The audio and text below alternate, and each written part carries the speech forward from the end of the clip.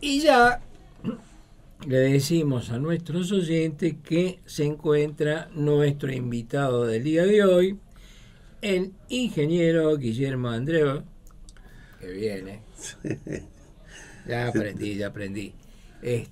Che, bienvenido, gracias por estar ¿Qué tal, Luis? esta tardecita acá con nosotros. Bueno. Y en fin, vamos a ver si podemos entender algo, porque, a ver,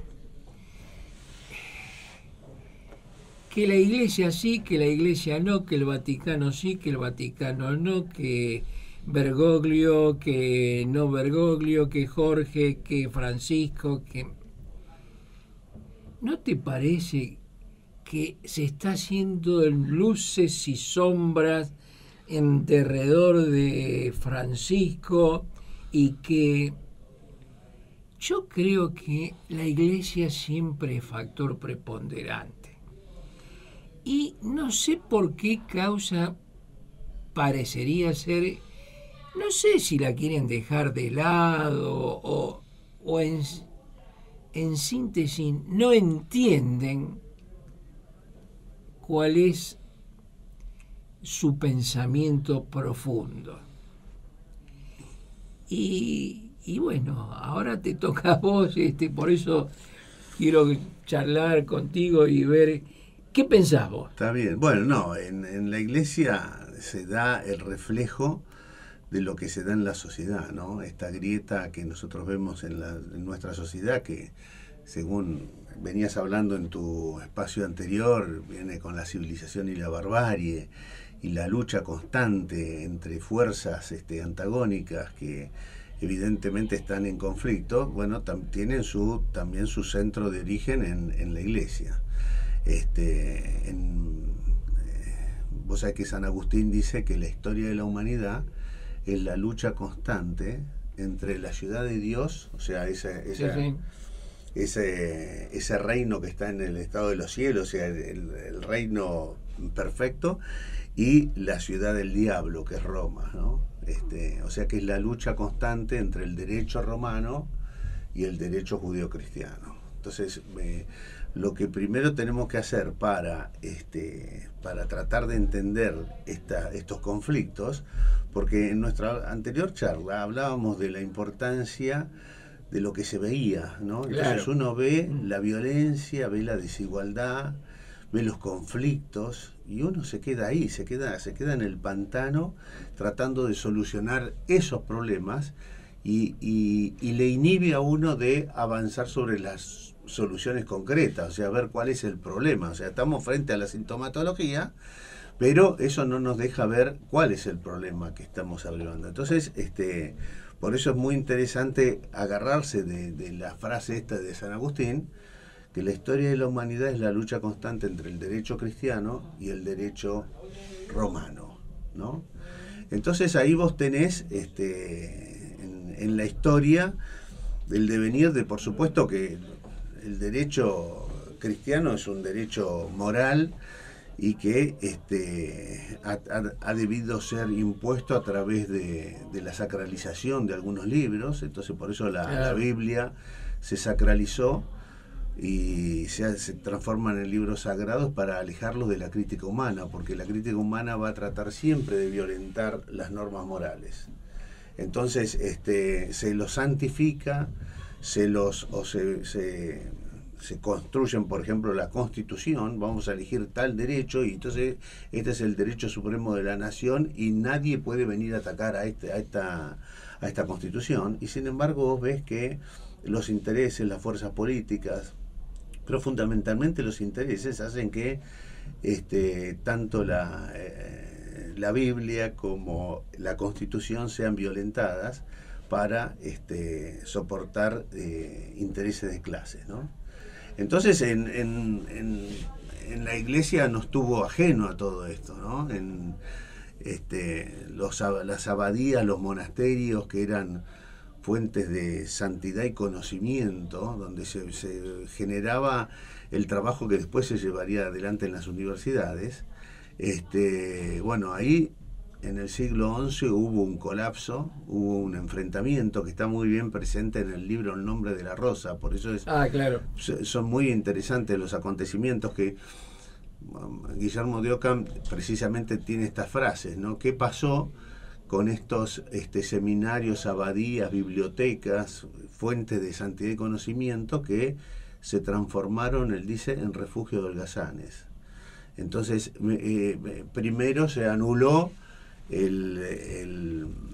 la función que tenían, y después se genera toda una transformación para reposicionar el antiguo derecho romano. Entonces, en el siglo XI ya anuladas las abadías, los seminarios, y como centro de conocimiento aparece la primera biblioteca, la primera universidad, que es la de Bolonia, para reconstruir el derecho romano. Claro. Su objetivo, glosadores y posglosadores, es reconstruir el derecho romano. Y el derecho romano es un derecho de barbarie, contrario a lo que se enseña en nuestras facultades. Por eso fue muy interesante, no solo Voltaire, que decía el derecho bárbaro de los romanos. Douglas North dice, Roma es barbarie, civilización fueron los vándalos y los godos, porque la civilización no es los barcos, los puentes o la tecnología. La civilización es la seguridad sobre la vida y sobre el fruto del trabajo. Entonces, si vos tenés un sistema jurídico que te respete a tu vida y respete el fruto de tu trabajo, o sea, que no esté soportado por impuestos al trabajo, vas a tener una sociedad civilizada. Bueno, lo cierto es que entonces se da en el seno de la Iglesia una lucha entre el cristianismo tradicional y un nuevo cristianismo que se llamaría el catolicismo, con base en el derecho romano. Y ahí empieza entonces, reaparece la grieta. Lo que había a la caída de Roma, cuando cae Roma, desaparecen la esclavitud, desaparecen las guerras civiles, los feudos empiezan a funcionar bastante bien, hay una administración de la justicia. Los pilares básicos del cristianismo eran la búsqueda del conocimiento y la justicia. Pero ya te digo, en el siglo XI algo pasó para intereses mediante, y los franciscanos fueron desplazados. Nunca tuvieron poder en la iglesia, ¿no? Porque la iglesia era representante de príncipes, de familias nobles, dueños de la tierra, y entonces ellos lógicamente querían imponer en el seno de la iglesia el derecho romano, porque sabiendo que la tierra es lo que hace rico. Era como que estarían cerrando el círculo. Entre la iglesia y el ejército. Vos si querés sostener el derecho romano, vos necesitas un ejército romano para atacar a la víctima. O sea, que es un poco lo que estamos viendo acá, ¿no? Nosotros quieren sostener un sistema jurídico de tal perversidad que entonces necesitan de un ejército para que lo sostenga. Si el ejército no se quiere comprometer, bueno, entonces metamos a la gendarmería, algún otro que quiera atacar a la víctima, porque si no el sistema genera violencia. Entonces, en este conflicto que atraviesa los siglos, ¿no? Entonces esta lucha entre estas dos iglesias, una cristiana y otra romana, se da permanentemente. La iglesia cristiana, con el descubrimiento de América, se viene para América, genera de la mano de la hispanidad una corriente civilizatoria fenomenal. Yo no sé si vos conocés Bolivia, Perú, Colombia, ¿no? Pero la arquitectura española, lo que hicieron esos hombres fue realmente magnífico, llevando universidades, 25 universidades, 12 colegios mayores instalados en América, y una calidad de vida superior en Potosí había que en Francia en su momento, en París, ¿no? Entonces, toda esa corriente civilizatoria que generó el cristianismo original de la mano de los jesuitas, bueno, llegó un momento que acá se acabó. O sea que ellos proponían el conocimiento. el objetivo eran dos fundamentales. Uno, la justicia, Ajá. y otra, la búsqueda del conocimiento, conocer la verdad. La ¿no? verdad. En cada una de las ramas, pero digamos que la rama y la disciplina más conflictiva es la rama del derecho. ¿Por qué? Porque el derecho es precisamente lo que te diseña la sociedad. Decime qué reglamento de uso tengo y te voy a decir qué sociedad vas a tener. Claro. Entonces, ¿qué sociedad, qué está imperando acá? ¿El derecho cristiano de nuestra Constitución o el derecho romano del Código Civil? Y no, ganó el Código Civil, por eso estamos en una situación de altísima tensión de civilización.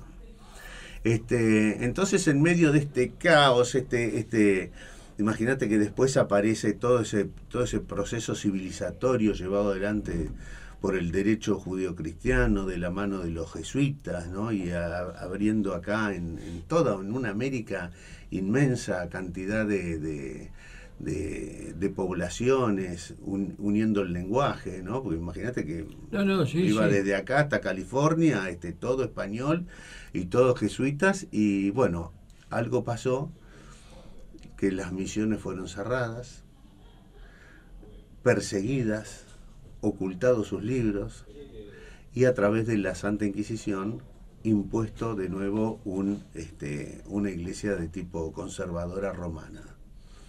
Y entonces aquella corriente civilizatoria fue abandonada por una corriente saqueadora, digamos, ¿no? La idea de, a través del derecho, robarle las tierras a los habitantes, quedarse con sus bienes y no respetar aquello que significaba la civilización, que es respetar el fruto del trabajo de las personas. Entonces empieza España a tener una segunda etapa. O fíjate que esta primera etapa se logró un imperio que daba vuelta al mundo y donde no se ponía el sol, pero con acuerdos pacíficos y voluntarios con las distintas culturas. Muchas culturas, una sola civilización. ¿Cuál era la civilización, señores? Ustedes hagan lo que quieran, nosotros le traemos universidades, le traemos conocimiento, le traemos, y la plata es de ustedes. Ese era el pacto. ¿Te das cuenta? Sí, sí, claro. Cuando ese pacto empezó a cambiar, España abandona la tradición salmantina de la Escuela de Salamanca y empieza a adherir a la escuela napoleónica de corte romanista, de la mano de los curas y la Inquisición. Empieza a haber un conflicto muy grande, se cierran todos los seminarios y las abadías, entonces se genera una fuerte reacción contra España, una fuerte reacción contra esos saqueadores que venían ahora, pasaron de ser una enorme confederación con respeto a los indígenas, a las poblaciones nativas, en colaboración pacífica, a tratar de sentarse sobre ellos y a través de la fuerza imponer y robarlos, ¿no? Entonces, en este marco es que la Iglesia aparecen, bueno, entonces las corrientes independentistas, se produce todo lo que el federalismo cristiano había logrado, que era integrar un mundo enorme, se empieza a desintegrar y empiezan los problemas de secesión. Problemas que están hasta nuestros días, porque vos ves que España sigue con problemas de secesión, porque tanto el País Vasco como Cataluña no quiere que se le metan con sus ingresos y que lo saquen como los están saqueando. Y este es un problema que está teniendo toda Europa, ¿no? Un problema de desintegración, de secesión, de balcanización, que es fundado en los principios de orden que da el derecho romano. Entonces, conflicto por todos lados lo que tenemos. En este contexto asume sorpresivamente el Papa Francisco, en estas convulsiones, ¿no? que tiene la Iglesia. Vos estás tratando de decir que esto mucho tiempo, muchos siglos vienen así, que recién se entra a romper ahora. Bueno, imagínate que, por eso están pasando cosas muy importantes en este momento, porque la Iglesia se impuso y a sangre y fuego y vía Inquisición se impuso un modelo contrario al cristianismo, si se quiere, o sea, un modelo de tipo romano. Si vos vas hoy a nuestras universidades, a la Universidad Católica, Sí, y sí. decís, a ver, Facultad de Derecho, ¿qué derecho enseñan acá? ¿El derecho judío-cristiano? ¿El derecho divino? ¿El de la Biblia? ¿O están enseñando el derecho romano? Y con sorpresa, bueno, a vos te sorprenderá, a ellos no lo sorprende porque lo toman como algo natural, porque ellos para imponer el derecho romano debieron decir primero que eso es civilización, cuando en realidad es barbarie, ¿entendés? Entonces, efectivamente, es un conflicto que lleva mucho tiempo y que recién ahora ha pasado lo que tanto temían los benedictinos, es que alguien desde afuera, desde la periferia, salta al centro, y salta al centro de Roma un personaje como Bergoglio. Y que lo primero que hace es empezar a desarmar toda la maraña de cuestiones que tiene esto trabado. Entonces lo primero que hace es, te dije que los dos pilares de la iglesia cristiana eran la justicia y el conocimiento, ¿no? La búsqueda del conocimiento. Entonces, con Santo Tomás de Aquino, la justicia se romanizó, tenés un derecho entonces jerárquico, injusto, y entonces vas a tener una justicia también injusta. Entonces, en su libro, Santo Tomás de Aquino, en la Suma Teológica, copia el libro de la justicia de Aristóteles, donde dice justicia para los hombres libres e iguales, no para los esclavos. O sea, justicia entre nosotros que somos pares, somos dueños de la tierra. Claro. Pero se abandona el concepto de justicia. Entonces, por eso es que para el siglo XV, más o menos, la iglesia, la cristiandad europea, estaba vista como efectivamente como la barbarie. Los musulmanes no podían creer cómo, por eso los llaman infieles a los cristianos, ¿no? Sí, sí. Porque habían renunciado a los principios básicos del libro. Entonces, resulta que en el siglo XV le llama la atención a los embajadores de Inglaterra y de Francia como situaciones de justicia que en el mundo cristiano llevan 10 años resolverla, en el mundo musulmán se resolvía en 1, 2 días o una semana. ¿Te das cuenta? Y era claro. Tanto llamado, fíjate vos, ¿no? Porque sí. Si vos lo agarrás a Santiago del Moro, dice, pero todo lo que pasa en este país remite a la falta de justicia. En este país no hay justicia. O sea, el pilar básico de la civilización se rompió para sostener el derecho romano. ¿Te das cuenta? Entonces acá la justicia no existe más. Entonces vos ves esto que nosotros hoy observamos en la justicia, pero ha sido un denominador común en toda la historia. Claro. ¿Entendés? Bueno, lo sufrieron los desaparecidos y había toda una justicia y acá no pasaba nada y todo siga. Entonces hoy tenés que el Papa, como primer principio de orden de su papado, es llamar a jueces y fiscales de todo el mundo y decirle, señores, lo fundamental es la justicia, tenemos que recomponer la justicia. Entonces aparecen situaciones graves, importantes, como la de, por ejemplo, lo que pasó con la FIFA, claro. Lo que pasa ahora con el Lavallato, no se explica si no hay detrás una megacorporación, como puede ser la Iglesia, exigiendo justicia. ¿Sí? Entonces esto es muy importante lo que está pasando.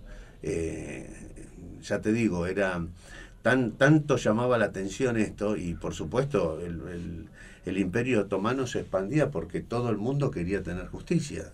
El Imperio Otomano llegaba y hacía súbditos a cristianos y les aseguraba que quien ofenda a los rezos cristianos,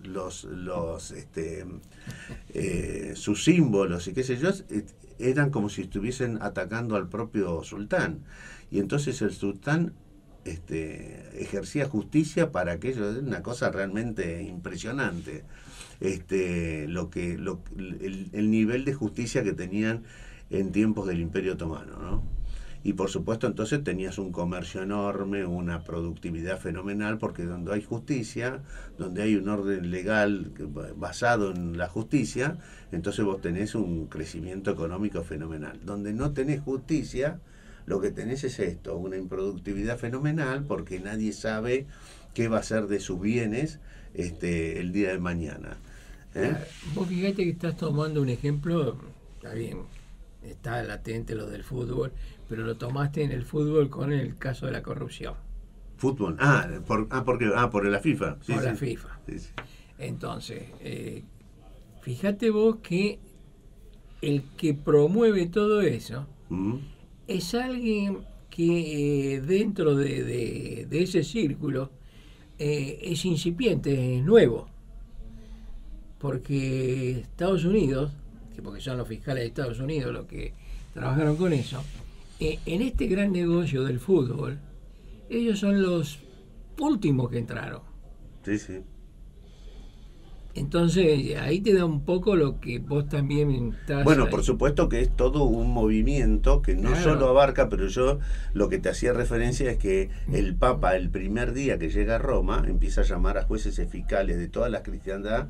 Y señores, Sí. acá tenemos que poner, no es que llamaba fiscales de Argentina No, solamente, Congreso de todo el mundo, del mundo. porque este es un pilar básico. Si no restablecemos este pilar, vamos a estar en problema.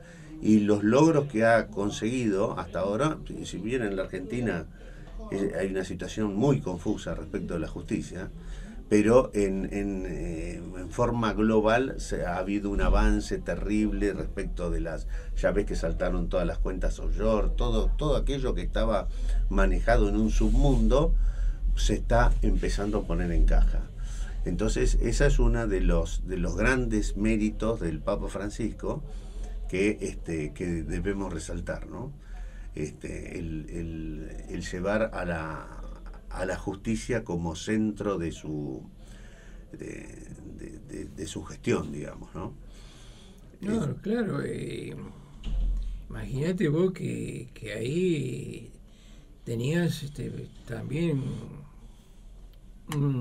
una serie de bancos del Vaticano que... Todo estaba manejado, la cueva de ladrones estaba en el propio Roma, dentro de la iglesia estaba. Por eso es que no solo cae Benedicto por los problemas de la pedofilia, que lo salpican tan mal, porque también hubo otro avance también. Bueno, o sea, parte de la corrupción, claro, la pedofilia, sabe que va de la mano. Claro, por eso vos fíjate cómo se empiezan a alinear los planetas, ¿no? En un sentido que la comunicación empieza también a estar desbocada. Claro. Y empieza a pasar fronteras, y antes vos el nacionalismo católico manejaba la información y ahora no la puede manejar por la cantidad de información que cruza y fluye, entonces es muy difícil pararlo. Así que en ese sentido también el avance tecnológico está haciendo lo suyo, Claro. pero había que tomar la decisión, torcer el rumbo y hacer lo que hizo este Papa para garantizar que empiece a haber un poco de justicia en el mundo, ¿no? Así que eso es un logro muy importante del Papa Francisco que hay que realmente destacarlo. Después sus encíclicas también han sido muy importantes, la Evangelii Gaudium, cuando en la Edad Media también se ocultan libros, como pasa hoy en la Facultad de Derecho de Buenos Aires. ¿Cómo? En la Facultad de Derecho de Buenos Aires, y es un desafío que tomo a cualquier jurista que quiera comprobarlo, vaya a cualquier biblioteca argentina y pregunte a ver por las obras completas de Alberdi. Y se va a llevar una sorpresa machaza, que yo lo constaté hace tiempo atrás, pero recién tomé conciencia que había un nivel de ocultamiento hace más o menos 2 o 3 meses, ¿no? Entonces yo le pido a cualquiera que vaya a las grandes bibliotecas argentinas y pidan las obras completas de Alberdi y van a ver que no están en catálogo. Entonces van a decir, no están. ¿Cómo no están? ¿Y por qué no están?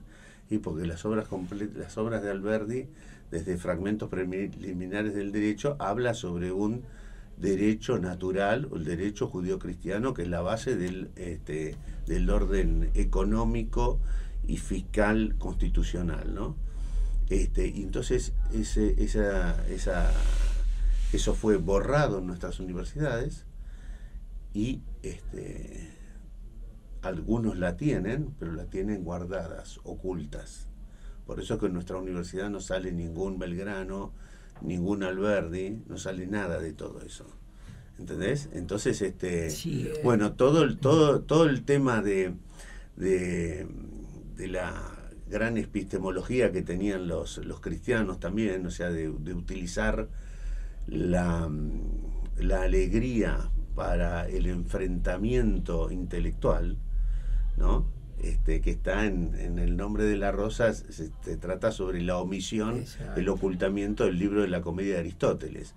¿Por qué? Porque cuando vos tenés un tipo serio que no quiere debatir, o por ejemplo, vos lo tenés ahora como personaje en toda la intelectualidad argentina, en las academias de ciencia existen esos personajes con cara de bragueta que no soportan la crítica, que no soportan que le pregunte, mucho menos que le repregunte.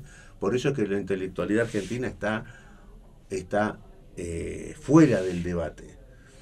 Entonces los cristianos utilizan el humor y la alegría para poder destruir esta oscurantez de los falsos profetas, digamos, ¿no?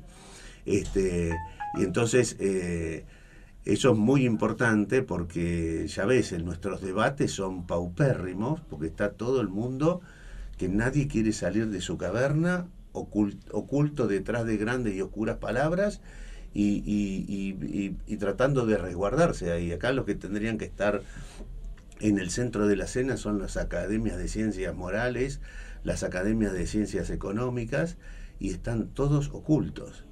Y los personajes que surgen ahora, como Milei, por ejemplo, es un tipo que es capaz de insultar y violentarse. Inmediatamente se violenta estos falsos profetas, digamos. Claro, vos viste lo que le pasó a Milei el otro día, sí, que le pasa todos los días en el programa de televisión también. Lo que pasa es que uno dice, uy, qué gracioso Milei.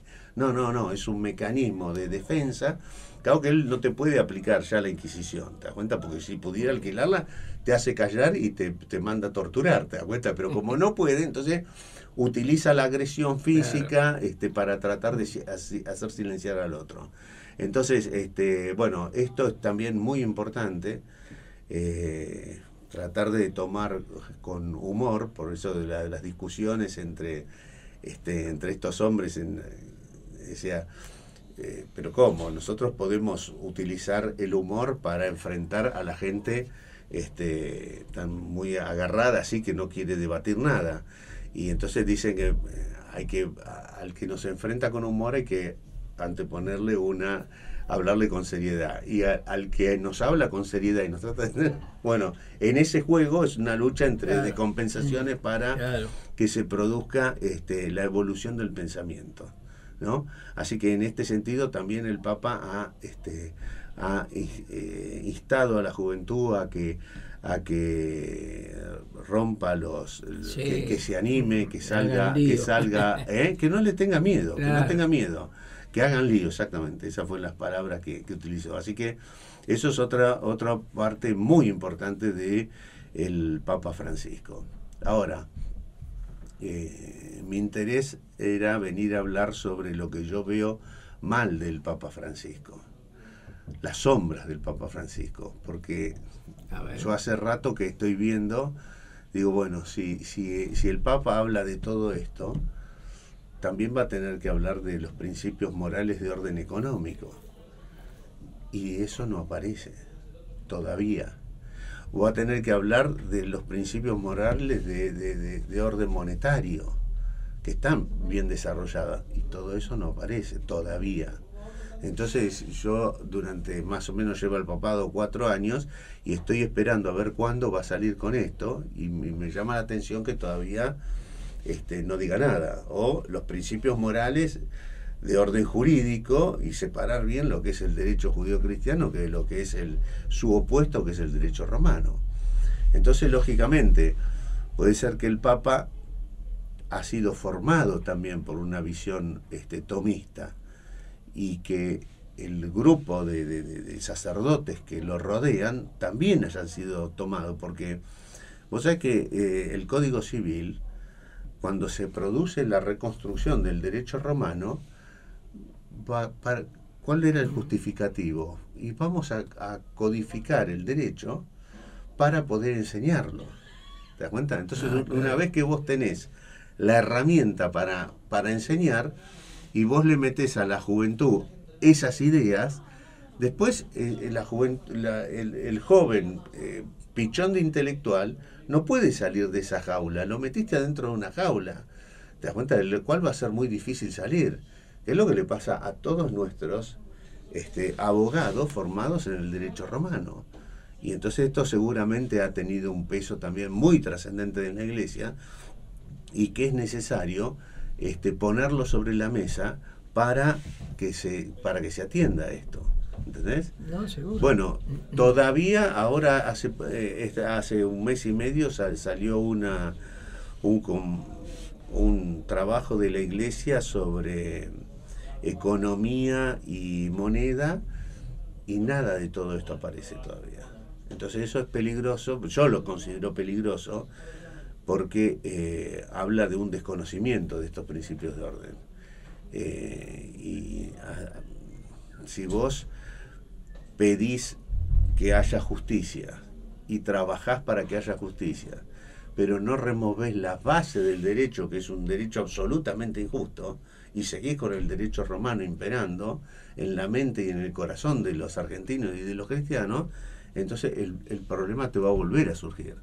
Por eso es que no hay peor mentira que una verdad dicha a media. O sea, este Papa ha hecho cosas muy buenas, muy interesantes, pero si no cierra el círculo, quizá caiga en su propia trampa. ¿Entendés lo que te digo? No, lógico, claro. Por eso yo te decía de armar un poco esta charla, porque como iniciador y para transmitir a la Iglesia, porque vos, cuando tocas estos temas en el seno de la Iglesia, mirá que los conozco muy bien, se crispan porque saben que estás tocando el punto neurálgico. La civilización o la barbarie es qué tipo de derecho vamos a usar. ¿Entendés? Entonces, ¿cómo vos podés explicar que en nuestras universidades tenemos una constitución hecha y que costó mucho hacerla porque se impuso guerras civiles mediante, y se impuso, y nadie atiende a este tema, a la contradicción que hay entre el derecho judeo-cristiano de la Constitución y el derecho romano del Código Civil? Porque toda la estructura americanista se destruyó con los códigos civiles. Entonces, todos los conflictos que vos empezaste a tener acá en América Latina, que termina con la balcanización de América Latina, se hace a través de Andrés Bello y el Código Civil. Toda la balcanización que tenés del África se implementó hace 70, 80 años con el Código Civil que los franceses, Pierre Henry, en su atelier de París, construyó para Etiopía sin haber pisado Addis Abeba. ¿Y cuál fue el objetivo de eso? Y que un grupo se apropie de las tierras, ¿no?, de los africanos. Entonces, ¿y cuál es la consecuencia? Y que la guerra civil que desataste en el África, ahora la tenés en el corazón de París. ¿Te das cuenta? Y entonces están porque hablábamos la última vuelta de cómo la sintomatología, las migraciones, es una sintomatología de una sociedad enferma. Entonces, cuando ves que los negros salen corriendo del África y se tiran en balsas a Europa, hay algo gravísimo. El Papa dice, ayudémoslo. No es cuestión de ayudarlo, es cuestión de dar en la tecla, en el pronóstico, en el remedio, en generar un cambio en el derecho vigente en el África, para que todo eso se civilice. ¿Te das cuenta? Mientras se me está ocurriendo que en este momento el tema económico entre Estados Unidos y China podrá ser la punta del iceberg que que pueda, vamos a decir, no sé, que en un momento pueda darse el hecho de que ahí viene otro encauce global? Y muy posiblemente sí, porque China quiere venderle a todo el mundo y tiene 1.500 millones de habitantes. Que denle de comer primero a los 1.500 millones de ustedes, encárguense de lo de ustedes, que ya con eso tienen bastante. Quieren venderle a todo el mundo y generan desequilibrios fenomenales. Por eso es que en la cristiandad, la Santa Federación, la Federación, la Confederación, esta idea de que cada Estado es independiente y dependiente a la vez, Sí, sí. pero económicamente independiente, esto debe restablecerse. Cuando yo era chico, los monopolios eran mala palabra, pero ahora de la mano de la globalización pasaron a ser buena palabra. Entonces, y está todo bien, el comercio entre naciones y evidentemente eso está generando unos desequilibrios. Los tenés vos en nombre del libre comercio en los Estados Unidos, como arruinó la industria americana, y ahora los americanos se están volviendo a la fuente, señores. Nuestro mercado es nuestro. Y revivámoslo, y vos viste cómo está creciendo el mercado interno en Estados Unidos. Sí. Entonces, es muy importante lo que está pasando, porque ya ves que están en la base de este sustrato, de generar una federalización de las economías, que debe venir también con una federalización de los recursos fiscales. Hoy el conflicto que tiene la Argentina, esta máquina infernal de gastar plata y no se sabe para qué, porque tiene el presupuesto argentino es con unos desajustes fenomenales. Yo sí sé para qué. Generar unos desajustes y unos desequilibrios fiscales para endeudar el país. ¿Para qué? Para que gente que acreedora se enriquezca sin hacer nada y someta a esclavitud a los argentinos. Aquí que hoy nos desayunamos, que teníamos ahí un puchito de acciones que estaban en el aire, y se viene ahora otro, no te digo default, pero bueno, hay que pagar una deuda. Claro, porque esto es pagar, endeudarte para someterte. Entonces esto no va, o sea, volvimos a la época son nuevas manifestaciones de una nueva esclavitud que está soportando la cristiandad, ¿no? La primera se hizo en Egipto a través del derecho. Bueno, liberaron a los judíos de Egipto. Se liberaron, se terminó la esclavitud. Cuando viene Jesucristo, el derecho romano había hecho exactamente lo mismo que hicieron acá. Los fariseos adaptaron el derecho romano y esclavizaron a todos los judíos.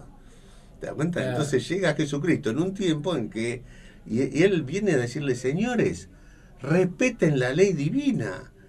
No se puede pagar impuestos a Roma. ¿Te das cuenta? No hay que pagar impuestos, no debe haber impuestos al trabajo. Debe hacerse, debe actuarse con un sistema fiscal como marca el Levítico, que en la Argentina se llama el sistema económico y rentístico. Bueno, acá también lo tenemos. Y como nuestra intelectualidad está absolutamente ciega que no ven esto. Eso realmente no se leyó nunca en ninguna universidad. Absolutamente. No, sí, en las universidades del Commonwealth lo tienen bien presente, porque la base del éxito de Australia, Nueva Zelanda, Hong Kong, Singapur, Canadá, todas las ex colonias británicas, todo el mundo común inglés tiene esto, menos en Inglaterra, ¿no? Y esta es la base del éxito de ellos. Ahora, nosotros, a nuestro sistema lo utilizan los ingleses, y a nosotros nos enseñan en las universidades del este de los Estados Unidos que debemos poner un régimen de impuesto al que trabaja y produce. Son unos vivos bárbaros, te digo. Y sí.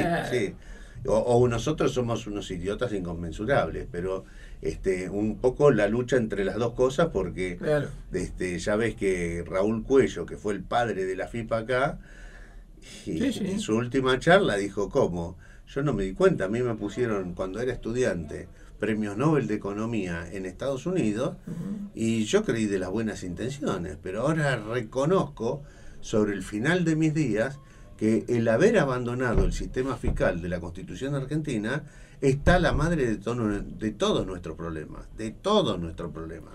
porque es la fuente del derecho, o sea que se produce se vierte sobre todos los órdenes, sobre el orden económico, sobre el orden social, sobre el orden jurídico. Es un desarreglo fenomenal que se produce. Bueno, y ahí Alberdi hace el hincapié de que se pierde la libertad del individuo. Pero lógico. Dije, escúchame, el argentino... Pero parece que, vamos a decir, dice una cosa tan tremenda y como que... Fíjate vos que Robin de Locksley va y abreva de estas cosas en la escuela de Salamanca y se vuelve a Inglaterra y le roba el botín a los recaudadores de impuestos y se lo devuelve a la gente. ¿Te das cuenta? Los Estados Unidos hacen su independencia por un impuesto del 3%. ¿Sabés de qué te estoy hablando? Un impuesto al té del 3%. Los argentinos tenemos 95 impuestos al que trabaja y produce, que hacen viable la vida. Entonces nuestros chicos no se pueden casar, no pueden formar una familia, no pueden, o sea, está amenazada la célula básica de la sociedad.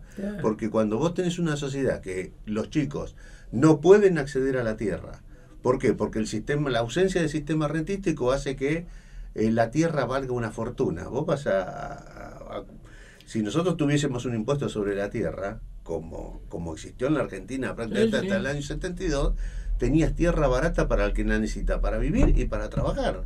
O sea que prácticamente la tierra estaba a disposición del que la necesitaba. Ahora no, con el derecho romano se transformó la tierra en la fuente de especulación. Entonces una persona, para hacerse una casita, necesita un lote que cuesta $60.000. ¿Y cómo vale semejante fortuna un lote? Un pañuelito. Nada, sí, y después tenés que empezar. Y después tenés que trabajar y producir y qué sé yo. Entonces se generan unos desequilibrios fenomenales. Cuando te liberaste de todo, encima te vienen y te ponen un impuesto, intereses al capital fenomenal, y entonces una sociedad así no puede seguir. Por eso todos los default que se están por desarrollar, yo espero que los solucione Macri. Él generó estas deudas monstruosas, y que declare él el default, porque esto no puede seguir. Por eso también entre las cosas que nosotros, que yo creo que debería llevarse a análisis, es el principio cristiano de perdona nuestras deudas como nosotros perdonamos a nuestros deudores. Que eso ha sido vital. El Papa dice, la sociedad más cristiana de todos es China. ¿Por qué? Porque en China no hay intereses. A vos te dan un crédito para que accedas a la casa y ese crédito no tiene intereses. Que es lo mismo que está haciendo Suiza ahora. Suiza ahora copia la escuela económica rioplatense y aplica un interés del 0,25 negativo. Y lo mismo está haciendo Japón, y lo mismo está haciendo Estados Unidos, porque a Estados Unidos vos le sacás la inflación y la tasa de interés es negativa. Y acá nosotros nos hacen pagar 8, 10% y 50, 70% de intereses. Esto es un desquicio total. Entonces, también la importancia de que aquello que habilitó la usura dentro de la Iglesia Católica, que se termina confirmando al sacarle al Padre Nuestro la frase esta, y perdona nuestras deudas como nosotros perdonamos a nuestros deudores. ¿Por qué? Porque la legislación cristiana decía, si para pagar una deuda se derrama la más ínfima gota de sangre cristiana, la deuda debe ser confiscada. O sea, el deudor es responsable de la acreencia. Si vos me estás dando un crédito a mí, me estás ayudando. El objetivo tuyo es darme un crédito para que yo lo pueda pagar y esté todo bien y te pueda devolver la plata. Pero a partir de esto se creó todo un sistema habilitando la usura para humillar al deudor, ¿te das cuenta? Y someterlo y quedarse con todos sus bienes y sus pertenencias. Claro, cuanto menos pague, mejor. Entonces, hoy, ¿qué busca el hombre que da un crédito? a ver si no te puede pagar, porque si no puede pagar me quedo con todo, le hago un juicio y me quedo con todo. Y así trabajan los bancos, la banca internacional trabaja así en la Argentina, y se queda con cosas y los campos y destruye familias y empresas, y esto no puede ser. Entonces, este es el otro gran sacudón que hay que pedirle al Papa Francisco, que preste atención y que se desarrolle, porque todo esto, ¿cómo se trata? Poniéndolo sobre la mesa y tratándolo, nada más que eso. ¿No te parece que en este momento América, vamos a llamarle de México hacia abajo, no está viendo que hay cosas que se están produciendo que puede ser un cambio muy, muy drástico de todo? Bueno, ¿sabes qué pasa? Por eso en la otra vuelta hablábamos de lo urgente y lo importante. Entonces, mientras vos, yo entiendo que lógicamente hay que atender las urgencias primero, lógico, pero vos tenés que tratar lo importante, porque si no llegamos a un nivel de frustración total, ¿te das cuenta? Y entonces, si vos los problemas, bueno, de la justicia, sí, empezaste a solucionarlo, pero mientras no cambies el derecho, no vas a terminar con el sistema jurídico injusto, que es básicamente injusto, que castiga al que trabaja y produce, claro, y premia al que especula. Entonces, y que genera progreso y miseria. Progreso para el capitalista, que no hace nada de nada. Y miseria para el trabajador, que tendrá que trabajar 16 horas por día y no podrá levantar sus deudas. Entonces así la sociedad no está... ¿A dónde voy enfocando? Vos sabés que Brasil es prácticamente el eje fundamental del movimiento de la cosa, y resulta que... Era. Ahí vamos. Yo por eso yo le digo a todos mis amigos brasileños, le digo, ustedes el problema lo tienen en el billete de ustedes. ¿Qué tienen ustedes en el billete del real? Y vos sabés que los brasileños no saben, porque del otro lado tienen a un animal, pero del el lado principal tienen a un romano. ¿Te das cuenta? Ahí se instaló el derecho romano, por eso claro, los que primerearon en Brasil, vos lo podés ver a través de las novelas, viste, el rey del ganado, que yo, cuando la tierra no valía nada y tuvieron un poco, y después se generaron en grandes potencias monopólicas esa pero gente. Vos fíjate, pero es el 0,1% de la población. Nada. ¿Entendés? Y el resto vive en la miseria más tremenda. O sea, algunos sobreviven y apenas, pero no pueden levantar cabeza. Fíjate el grado de corrupción que desde Brasil se desprendió a toda América. A todo el mundo, sí. Lo que pasa es que parecía que Brasil estaba llamada a ser la gran potencia, y eso es cierto, era la gran potencia, y se lo dice Alberdi, ¿viste? Usted le dice, este Código Civil tendrá más fuerza que todos los ejércitos del Brasil para terminar anexionando la sociedad argentina a la del Brasil. O sea, te estaba avisando algo, te dice, si vos copiás el Código Civil de Coso, vas a ser un súbdito del imperio brasilero. ¿Y pasó o no pasó? Vino y se compró la cementera, vino el otro y se compró todo, y se compraron todo. ¿Te das cuenta? Y los argentinos que teníamos grandes empresas, no, las tuvimos que vender. ¿Y quién te forzó a vender? Y el Estado, y la FIP y todo esto me obligaron a vender. Acá no se puede producir ni trabajar. Entonces, efectivamente, Alberdi tenía razón, su orden jurídico sirvió tuvo más fuerza que todos los ejércitos del Brasil, porque se apropiaron de todas las empresas argentinas sin disparar una sola gota de un tiro. ¿Te das cuenta? Bueno, eso hay que revertirlo, y se revierte a través del orden jurídico. Pero ¿cómo se revierte? Poniéndolo sobre la mesa, generando espacios de debate para que se entienda el conflicto que hay entre estos dos derechos, el derecho romano del Código Civil y el derecho cristiano de la Constitución argentina. Y en esto la Iglesia está obligada, no puede mirar para otro lado. Todas nuestras facultades, toda la Universidad Católica se enseña derecho romano. O sea, el derecho de los vencedores, de los esclavistas, se están enseñando en la facultad de... Después se sorprenden de los índices de pobreza y de desigualdad que hay. Pero flaco, si vos en tu facultad no sos capaz de defender el derecho judío-cristiano. Así que, bueno, es muy importante, porque cuando ves esto, ves la llave de la solución de todos los conflictos. Esto no se soluciona trabajando. Vos no le podés pedir más a la gente, no, tenés que trabajar más horas, tenés que ser más eficiente. ¿Qué flaco? Yo laburo 16 horas por día. ¿Qué me estás diciendo? ¿Cuánto querés que trabaje? Mientras que vos tenés que las sociedades que adoptaron el sistema cristiano, el sistema económico argentino, como Australia, Nueva Zelanda, Dinamarca, todos los días laburan 1 hora menos y viven cada vez mejor. Porque eso es posible, pero no bajo este sistema. Bajo este sistema, 4 vivos se apropian de todo, y el resto tiene que... la gente dice, bueno, yo no sirvo, debe ser que yo no sirvo.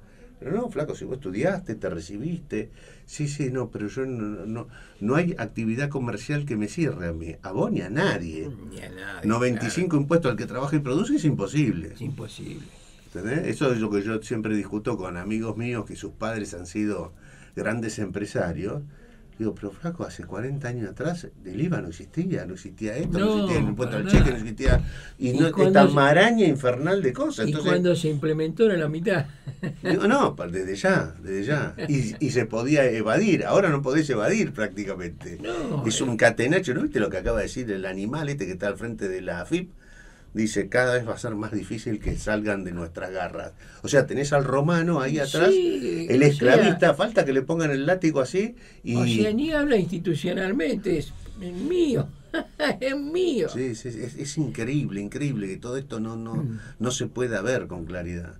Porque ahí está la clave de la civilización o la barbarie. Seguimos en barbarie. ¿Sabés lo que sucede? Ojo que yo lo que pienso...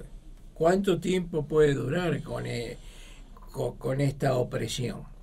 Porque en un momento determinado viene la... Pero escúchame, Luis, tenés la tasa de crimen altísima en Argentina. Ni que hablar. Y la tasa de suicidio altísima. O sea, más demostración que esto no va. No, claro. Y seguramente lo que vivimos el año pasado, a fin de año, un ejército popular cagando a cascotazo al ejército regular, es gravísimo, pero yo creo que acá van a pasar cosas tremendas si esto no se corrige. Pues esto es poner las cosas en su lugar, nada más que eso. Terminar con este orden que es absolutamente... Y vos ves todos los programas de televisión que hay y de esto no se habla. Sí se habla si este es chorro, ustedes son más chorros que nosotros, ustedes afanaron más, este se afanó tantas toallas y vos me afanaste... Todo una... Porque lógicamente estamos como Roma. Roma, la caída era esto. La dirigencia política absolutamente corrupta, y la gente honesta a esta política no se acerca ni loco, ¿te das cuenta? Entonces queda el espacio solo para estos mafiosos de poca monta que lo único que quieren es enriquecerse y llenarse las familias de empleados públicos y qué sé yo, ¿viste? Quieren salvar a la tropa, subiéndolo al barco de los inválidos que es el Estado. Fíjate vos el hecho si hay un plante, no pagamos más impuestos. Sí. No, termina que vamos a los garrotazos limpios todo. Sí, bueno, la gente quisiera no pagar, pero vos vas a pagar, estás cargando 1 litro de nafta y tenés que pagar impuestos. O sea, vos no podés eludir al sistema. Vos estás, el flaco que está durmiendo acá abajo en la autopista, abajo del puente de la autopista, quiere comprar 1 kilo de arroz y tiene que pagar impuestos para comer. No puede eludir nada. No puede eludir nada. El consumidor, los grandes empresarios sí evaden todo. Ellos sí pueden, pues lo trasladan todo a precio. El que no puede eludir nada es el consumidor final. Todos los impuestos se trasladan a precio. No, pero aparte, fíjate vos ya... que sos hombre de caminar las ciudades, ¿cuántos locales ya cerrados? Bueno, eso es una condición lógica también. ¿Cuántos locales ya cerrados? Y no estamos hablando de, lo que pasa en... No, gente que ni puede trabajar para él. Tremendo. Ni puede trabajar para él, que levanta todos los días la cortina. Escúchame, el colmo de los colmos, que yo no creí nunca que lo iba a ver, era de cerrar una panadería. No, se están pasando cosas increíbles. El cerrar una panadería es el colmo. No, ya ahí se te fue todo. Lo que pasa es que cuando vos estás bajo un sistema como este, la tierra no está tratada, sube de precio, suben los alquileres y termina siendo el alquiler. Hasta hace poco la principal causa de cierre de locales eran los alquileres. ¿Te das cuenta? El alquiler tenía una magnitud, por eso en los grandes shoppings se empezó a transar, en vez de alquileres, a un porcentaje de las ventas, ¿viste? Claro. Bueno, ¿para qué? Para evitar la fuga y el movimiento y la caída de tantos. Ahora se está dando algo tremendo, que la principal fuente de caída y cierre de negocios son las boletas de luz, gas Bueno, sí. y servicios también. O sea, ha sido letal eso. Y la gente la tenés vencida. Dice, como yo trabajo como un esclavo, 16 horas por día, atiendo este negocio y entonces, bueno, finalmente tiene que cerrar. Detrás de cada cierre hay una familia que se rompe. Totalmente. Hay una desgracia social fenomenal. Totalmente. Y la familia es la base de la sociedad. Entonces estamos aniquilando a la familia, ¿viste? Desde todos lados. Los chicos no les si un chico no ve futuro, por eso la tasa de suicidio adolescente se está disparando. Acá, no, en el mundo. Pues esto ya no es un problema de Argentina. No. En el mundo los chicos no tienen salida y entonces la tasa de suicidio se dispara. Y es tremendo. Tremendo. Bueno, y vos tenés sociedades también que, fíjate vos, cómo se estará de mal que entonces se legisla ahora hasta sobre el aborto, digamos, ¿no? O sea, que vos decís, pero ¿cómo? Algo que parece un avance, es un avance. Claro, lógicamente, pues si los chicos no pueden tener familia, no pueden tener un hijo, y entonces por favor no me lo hagas tener y sácamelo de encima. Entonces si vamos a estar bajo este derecho romano, que es incompatible con la vida, entonces es lógico que se reglamente una ley de aborto. Pero claro, lo lógico es que cada persona, porque estamos venidos a ocupar la tierra y poblarla, ¿te das cuenta? No hay nada más edificante y más lleno de vida que un bebé. Por supuesto. Entonces, claro, cuando llega un bebé a tu casa, te salva la vida. ¿Te das cuenta? Pero claro, vos me estás diciendo, me salva la vida, pero si yo tengo la habitación segura, tengo una base mínima. En estas situaciones en las que la gente vive un infierno, la llegada del chico es un drama y entonces... Pero no hablé de la habitación solo. Simplemente habla del hecho de la comida y el vestido de ese chico. Porque después tenés que darle un poco de educación. Bueno, ni hablar. Y ya está. Ya está. Ni olvidate. Decir, lo tengo en brazos. Pero es impresionante. Y en el tema del aborto, ahora sale a la palestra el hecho cuánto es el costo. Bueno, ya eso es otra discusión, ¿no? Que claro, se suma, pero digamos, acá hay un problema. Somos una sociedad autodestructiva.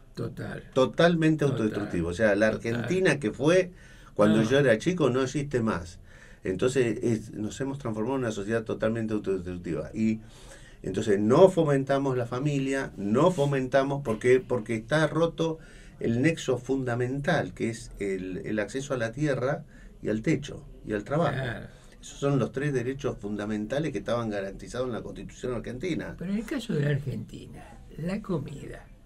¿Cuándo fue un problema? Nunca ¿Cuándo fue un problema la comida? Hasta el 2001, me acuerdo, que cuando vino la crisis del 2001, ¿sabes cómo zafó la gente? Con la verdulería. Claro. Ahora vas a la verdulería y te tenés que gastar una fortuna en la verdulería. Sí. No sé qué pasó, pero vos antes comprabas 5 kilos de papa, 3 pesos, no sé qué era lo que valía.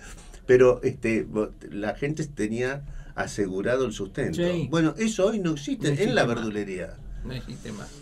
Entonces, las situaciones son tremendas. Bueno, y todo esto que analizamos tiene su base en el tipo de derecho que tengas. Por eso, para mí es muy importante tratar de llegar con este mensaje a la Iglesia, Yo soy amigo de decanos de facultades de cosas, Sí, y sí. le hablo de esto y los tipos salen corriendo. Son unos irresponsables totales, ¿no? Porque claro, se ven sorprendidos por las cosas que yo les digo. Es necesario ¿Será que ellos, centrar el debate. será que tienen que tener un cambio generacional dentro de la iglesia? Bueno, primero si está en la iglesia tiene que saber cuál es el derecho divino y cuál es el derecho natural. No podés insistir con el derecho romano. Señor, básico, que el cristianismo vino a pelear contra Roma. El cristianismo fue atacado porque fue un poderoso movimiento de reforma social, terminaba con la desigualdad, terminaba con una sociedad brutal como era la romana. Bueno, revivamos eso. Hoy si viniese Jesucristo les diría lo mismo que le dijo a los fariseos, a los escribas y fariseos hipócritas, ¿no? Que se sentaron en la cátedra de Moisés para pervertir el derecho, no para hacerlo cumplir. ¿Te das cuenta? Esto es lo mismo que yo le digo todos los días a nuestros abogados, a nuestros decanos en derecho. Flaco, ustedes son los culpables de la barbarie, porque ustedes son los que están imponiendo un derecho que lleva a estas brutales desigualdades. Bueno, para hacerlo más simple, cuando comienza el cristianismo, cuando se da la luz, era contra el romano. Pero lógico. Y resulta Para que que de te quede pronto claro. hacemos un cristianismo que es romano. ¿Pero y qué es eso? Claro, dejamos los ropajes cristianos y metemos el derecho romano. Y eso de la mano de los benedictinos, Claro, los dominicos, ahí está. para ¿Dónde? generar todo no, yo no puedo decir que haya sido a propósito, porque ¿qué pasa? En Europa nunca existió esto. Fíjate vos que en la Argentina fue un lugar donde existió esto y ya hoy no existe. No Claro. queda huella. ¿Por qué? Porque como en la Edad Media se ocultan los libros en la Facultad de Derecho. Claro. Como en la Edad Media, ¿te das cuenta? Entonces nadie va a salir de la Facultad de Derecho diciendo estas cosas. Entonces tenés todos los años ejércitos de abogados que son, por eso yo le digo medio en joda, medio en serio, dice, nosotros lo que estamos haciendo es tratar de transformar el más vil de los oficios, que es el oficio de abogado, en la más noble de las profesiones. Porque lógicamente que si vos estás formado en un derecho de barbarie, sos un peligro público. Y ni hablar con los economistas. ¿Qué te parece? Por eso esto es tan importante. Bueno, no creo que quede muchos más minutos. A ver, nos quedan 10 minutos. Bueno. ¿Querés agregar algún matiz? No, hay muchos otros matices para tocar, pero prefería abordar estos 2 o 3 puntos nada más, para que no nos vayamos por los límites del conocimiento y perderse en otras cosas que son realmente menores. O sea, lo más importante acá es abordar el tema del derecho y pedirles yo estoy a total disposición de la iglesia, es más ahora muy posiblemente con este nuevo arzobispo que tenemos en La Plata. Yo con el anterior había pactado ya hacer un seminario sobre Agustín de Hipona, San Agustín, que es uno de las patrísticas del cristianismo, ¿no? ¿Por qué? Porque Agustín de Hipona era la voz del imperio en Roma. Claro. Era el Aníbal Fernández, era un personaje muy parecido a Aníbal Fernández, en el sentido de que tenía una capacidad retórica y el emperador le decía, a ver, dígame algo, dígame usted qué quiere que yo diga, yo justifico cualquier tesis. ¿Te das cuenta? Un poco se parece a Aníbal Fernández, en el sentido que es capaz de defender cualquier cosa, en cualquier sentido, y encuentra siempre argumentos. O sea, fíjate vos el peligro de la palabra. Esta idea de la retórica y que es peligrosísima. Por eso Ambrosio decía, las palabras matan. Las palabras matan, porque yo puedo hacer parecer racional lo que estoy diciendo, pero son construcciones del lenguaje, pero no quiere decir que sea cierto. Claro. Entonces, como Agustín de Hipona genera hechos de sangre tremendos en el imperio, y su choque con Ambrosio, que era el obispo de Milán, lo hace reconsiderar y se vuelca al cristianismo, se convierte al cristianismo. Y la gente dice, uy, se convirtió al cristianismo. No, se convirtió al derecho cristiano, abandonó el derecho romano, él como jurista. Por eso yo le digo a todos los abogados que en San Agustín tienen una forma, o sea que se pueden salvar como se salvó San Agustín, ¿te das cuenta? Él se convirtió al derecho judío-cristiano y encontró ahí el camino. Pues nosotros tenemos que hacer con nuestras facultades de derecho lo mismo. Lo que pasa es que son ejércitos de hombres que todos los años salen con esta impronta del derecho romano que la llevan en la mente y en el corazón. Por eso son verdaderos bárbaros. Por eso es que la política nos conduce a la barbarie y no hacia la civilización. Pues están formados, están formateados de una forma que contraria a la naturaleza de las cosas. Entonces, esto hay que ponerlo a debatir, ¿viste? Y lamentablemente no se va a dar en ámbitos académicos, porque yo voy a la Academia de Ciencias y ¿sabes cómo se esconden? Se tiran abajo de los escritorios. Le metí una denuncia, ya varias denuncias le hice. Y no quieren saber nada, lo único que hacen es se retiran. Por eso es que sería muy importante que la Iglesia Católica, en nombre del derecho judío-cristiano, aborde este tema y lo ponga en el centro de la escena. Ahora, ¿vos creés que, por ejemplo, con estos movimientos que hizo Francisco, no solamente acá en el mundo, de colocar una cantidad de obispos y de arzobispos, que ya son todos posibles candidatos a sucederlo, o sea, bueno, tienen todo voto. No, además tienen la gran ventaja de estar en contacto con la pobreza. O sea, claro. Porque esto es una cosa tremenda, ¿no? Pero cuando la iglesia anterior sabía que había pobre por el índice de la UCA, es una cosa. Pero esta gente ahora está en contacto con la pobreza. Ven que es un problema, claro, que no tiene solución. Y entonces yo le vengo a decir, no es que no tenga solución, no estás viendo la solución. La solución es fácil y es simple. Tenemos que volver a aquello que hemos renunciado. Exactamente. Bueno, Luis, es un aporte a la confusión general. No sé si aportamos algo. Guillermo, gracias por estar esta tarde acá. Creo que fue una linda charla. Yo creo que sí. Bueno, Yamila, nos tenemos que ir, nos vamos. Me parece que a alguien lo han desplazado. Hubo un movimiento en lo que viene, y me parece que mandaron a Federico al exilio. A los aduaneros. A los aduaneros, sí señor. Yamila, presentame a esa niña. Paula. ¿No tiene apellido? Ah, bueno. Paula. Sí, porque es difícil el apellido. Es difícil. Bueno, nos vamos. Hasta el próximo jueves a las 19 horas. Que Dios derrame alegría sobre todos. Soy Cacho de Buenos Aires y tengo un sueño escondido, cantar igual que Gardel.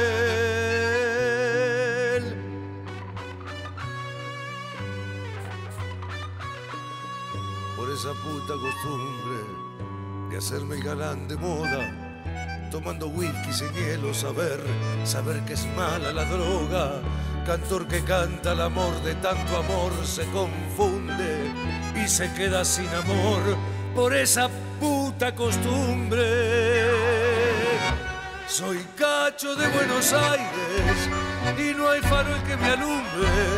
Mi gran amor lo perdí por esa puta costumbre. Soy Cacho de Buenos Aires y